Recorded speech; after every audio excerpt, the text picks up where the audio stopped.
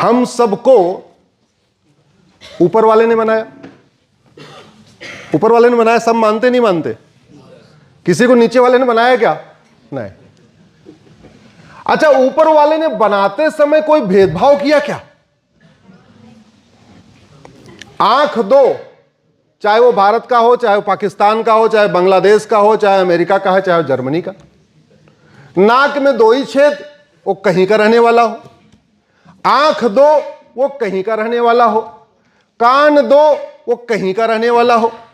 मुंह एक, वो कहीं का रहने वाला हो। हर्ट एक, वो चाइनीज हो, जापानीज हो, जर्मन हो, अरबियन हो, बहरीन का हो, कहीं का हो। तो ऊपर वाले ने कोई भेदभाव किया क्या?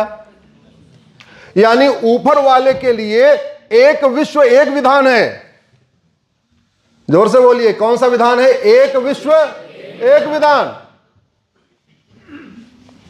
तो भेदभाव कौन करता है? नीचे वाले। लेकिन नीचे वाले भेदभाव करते हैं ऊपर वाले के नाम पे। समझे नहीं?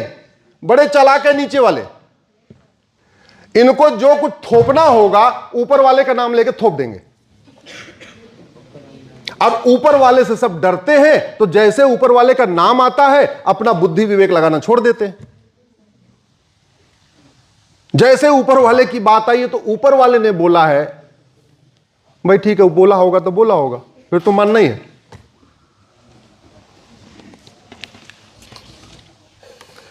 मां के पेट में भारत वाले कितने महीने रहते हैं? जोर से बोलना।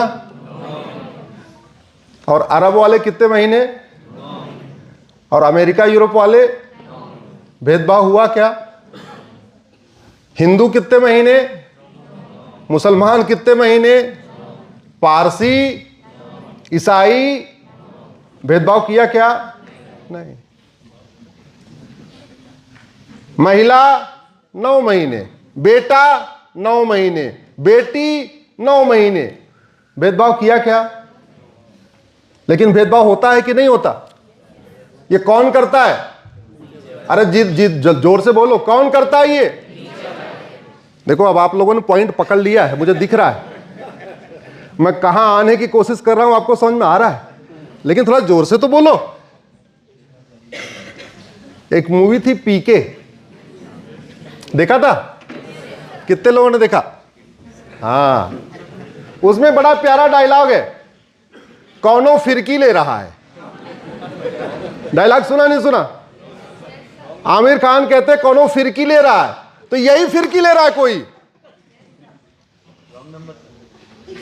हाँ कोई फिरकी ले रहा है, और ये नीचे वाला फिरकी ले रहा है ऊपर वाले के नाम पे।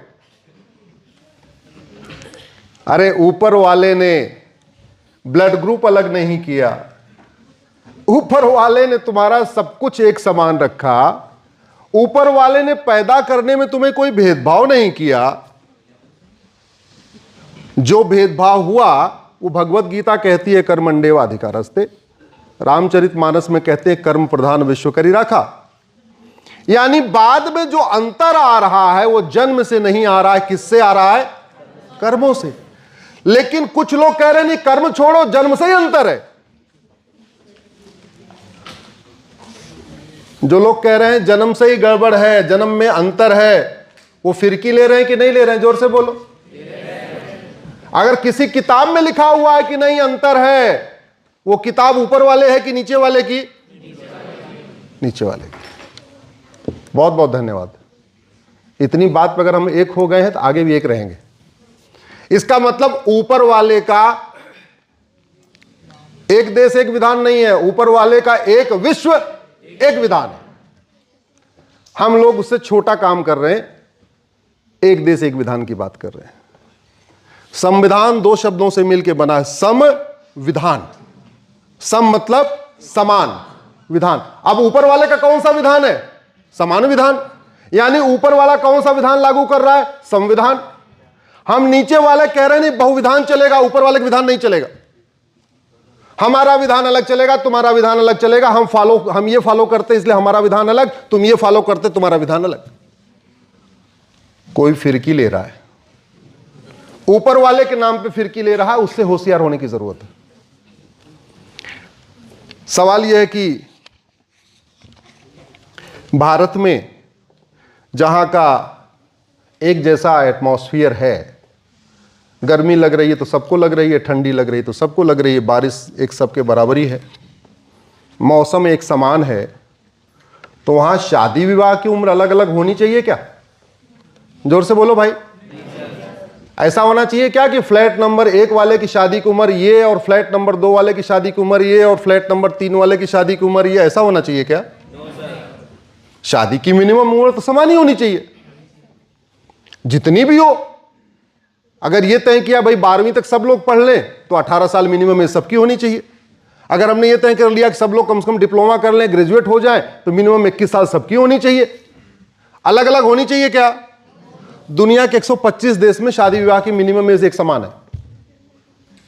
आप लोग गूगल करिएगा minimum age of marriage Ashwini Upadhyay, तो मेरी पीआईएल थी, अब तो पीआईएल की जरूरत ही नहीं, सरकार ने उस पर बिल ला दिया है।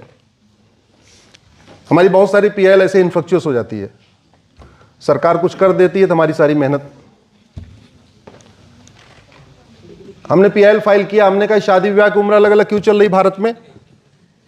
सब लोग भारत के रहने वाले, सब लोग एक जैसा खाते हैं, एक जैसे बड़े होते हैं, सबकी ग्रोथ एक जैसी है। ऐसा है नहीं कि कोई किसी की ग्रोथ बहुत तेज है, किसी की ग्रोथ बहुत कम है, तो शादी विवाह की उम्र क्यों समान अलग अलग क्यों होनी चाहिए? लेकिन चल रही है। अब ये अलग अलग हो क्यों रहा, इसको समझिए। हम लोग गुलाम थे, तो अंग्रेजों ने पहला कानून बनाया 1872 में, उसको कहते हैं क्रिश्चियन मैरिज एक्ट। 1872 में भारत का संविधान था क्या? जोर से बोलिए जरा। 1872 में भारत की संसद थी क्या? नहीं। तो अंग्रेजों ने क्या किया? जो उनको ठीक लगा वो कानून बना दिया। तो कानून कैसे बनाया? उन्होंने क्रिश्चियन पास्टर्स को बुलाया और पास्टर से चर्चा करके बोले जी हम तुम्हारे लिए कानून बनाने के लिए सोच रहे हैं, क्या क्या करें? बोले साहब ये कंडीशन डाल दो। और पादरी पुरुष होते हैं कि महिला? जोर से बोलिए जरा। पुरुष। तो अंग्रेजों ने 100% जितने लोगों से बात किया वो सारे के सारे पुरुष थे, उनसे बात करके 1872 में क्रिश्चियन मैरिज एक्ट बना दिया। चूंकि उसमें महिलाओं की कोई ओपिनियन नहीं ली गई थी, महिलाओं का कोई योगदान नहीं था, तो पुरुषों ने जो कहा वो हुआ, और ये स्वाभाविक सी बात है, जिसकी चलती वो अपनी चला लेता है।